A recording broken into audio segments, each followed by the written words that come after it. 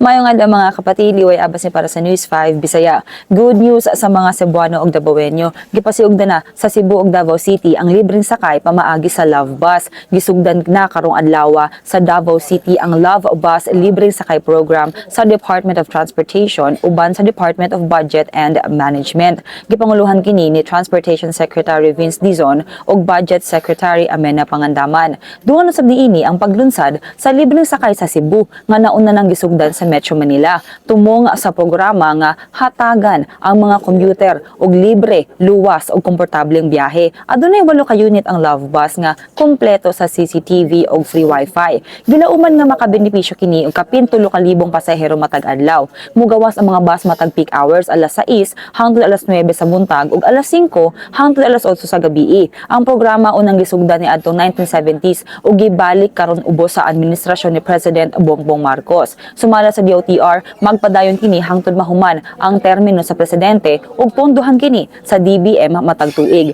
Ang Love Bus Revival unang gipahibalon ni President Marcos sa iyang State of the Nation address aron masiguro ang luwas, limpyo ug komportableng biyahe alang sa mga estudyante, trabahante ug tanan nga commuter. Unang gipatuman ang programa sa Cebu ni adtong Hulyo, ubos sa Service Contracting Program diin kapin 20,000 ka pasahero ang nakapahimulos matag adlaw. Sumala sa DOTR sukad sa pagsugod sa libreng sakay program sa Cebu, halos 650,000 na kapasahero ang nakabenepisyo. Kini sa lamang atong update magpadayon na sa pagbantay sa social media pages sa News 5 para sa uban pang mga balita ug update.